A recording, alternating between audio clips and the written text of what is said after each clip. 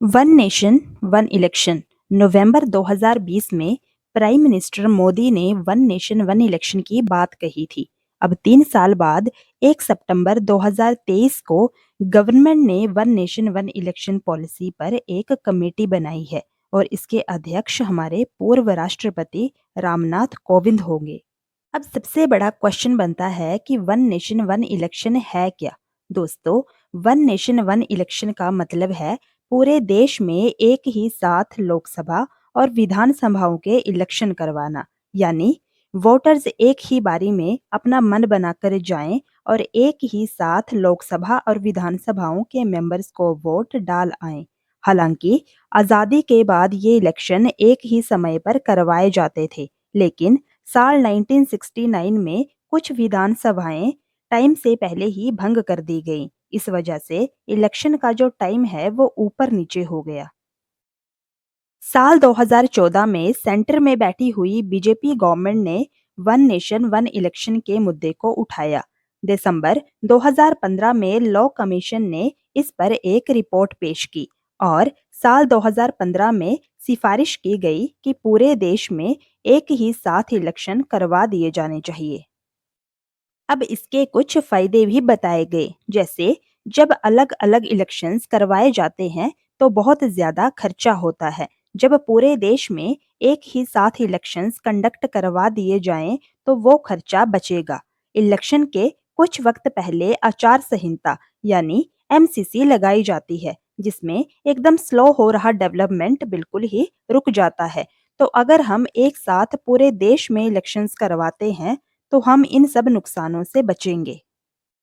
अब one nation one election को लेकर दो बातें सामने आती हैं। संसद कानून बना सकती है या 2/3 राज्यों की सरकारों से परमिशन। अब दिक्कत यहाँ खत्म नहीं होती है। इसके अलावा भी कुछ दिक्कतें हैं, क्योंकि जिन स्टेट्स में बीजेपी की गवर्नमेंट नहीं है वो इस बात के फेवर में कभी नहीं आएंगी। और इससे भी बड़ा एक क्वेश्चन है कि जिन स्टेट्स में अभी इलेक्शंस हुए हैं उन सरकारों का क्या होगा। क्या उनको गिरा दिया जाएगा? सरकार अकेले कोई भी डिसीजन इस मुद्दे पर नहीं ले सकती है। स्टेट्स की सरकारों से बातचीत करके ही कोई सल्यूशन निकाला जा सकता है, लेकिन इसके लिए उन स्टेट्स का सहमत होना भी जरूरी है। जैसे हाल ही में कर्नाटका, गोवा और हिमाचल प्रदेश में इलेक्शन हुए हैं, तो क्या वो इस बात को मानेंगी? बिल्कुल नहीं, वो इसका विरोध करेंगी। लेकिन वन नेशन वन इलेक्शन का कॉन्सेप्ट बहुत ही अच्छा है, हमें इसे एक्सेप्ट करना चाहिए। लेकिन गवर्नमेंट के सामने चैलेंजेस बहुत सारे हैं।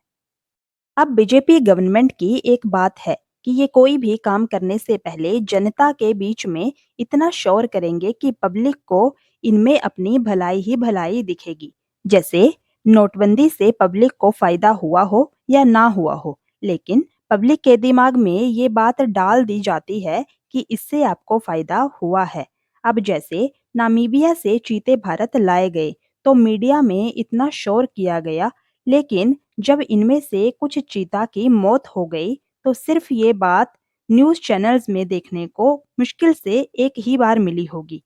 ठीक उसी तरीके से बीजेपी गवर्नमेंट जनता के पास जाकर जो प्रचार करती है, उस प्रचार में वो जनता के दिमाग में ये बात डालने में ज़्यादातर टाइम सक्सेसफुल रहती है कि हम जो भी कर रहे हैं वो आपकी भलाई के लिए ही कर रहे हैं। वन नेशन वन इलेक्शन वाले कॉन्सेप्ट से भी बीजेपी गवर्नमेंट पब्लिक को ये बताना चाहती है कि इसमें देश का बहुत सारा पैसा बचेगा। अब बचेगा या नहीं बचेगा ये बाद की बात है, लेकिन बीजेपी पब्लिक को ये बात समझाने में कितनी सक्सेसफुल होती है ये मैटर करता है।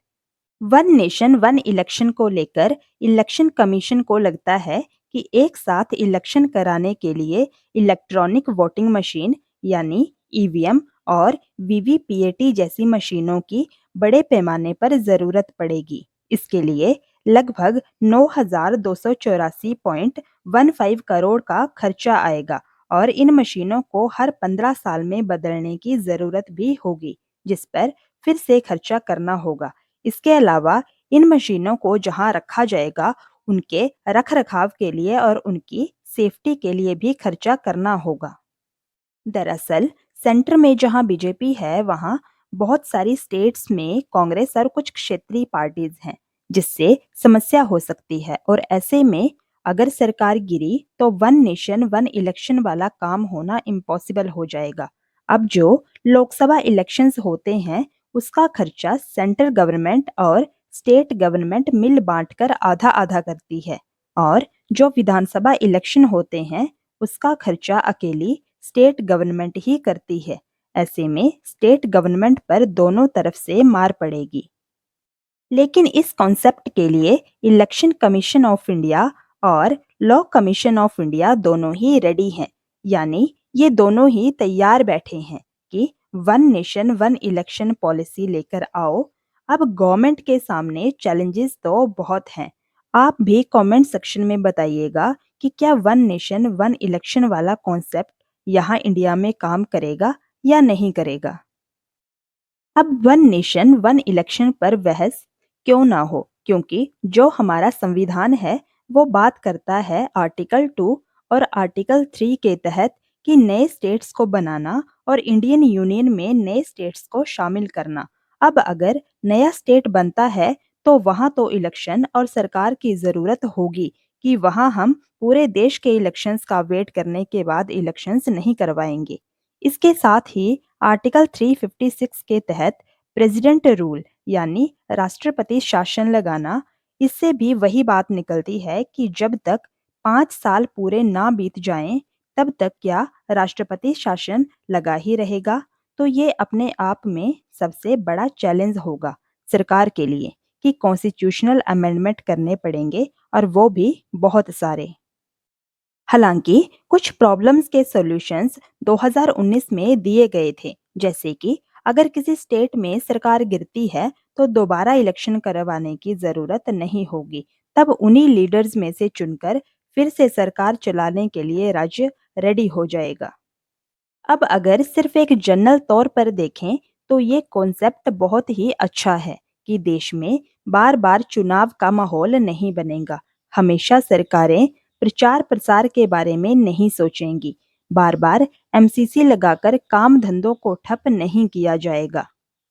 पब्लिक बार बार वोट देने जाने के लिए परेशान नहीं होगी। तो ये बात ऊपर ऊपर से बहुत अच्छी लगती है। हमारी जितनी भी सिक्योरिटी फोर्सेस हैं, उनको सारे काम काज से हटाकर चुनावी रक्षा में लगा दिया जाता है। तो इस तरीके से अगर हम देखें तो ये ठीक है। ले, लेकिन आप पावर में हैं और आप दूसरी पार्टीज की बात को इग्नोर कर रहे हैं, तो ये भी सही नहीं है। आपको सबको साथ लेकर चलना होगा, क्योंकि ये चीज़ इम्प्लीमेंट होती है तो संविधान में इतने सारे बदलाव करने होंगे कि पूरे का पूरा संविधान ही बदलना पड़ जाएगा। आप इस बारे में क्या राय रखते हैं? कमेंट सेक्शन में ज़रूर बताएं।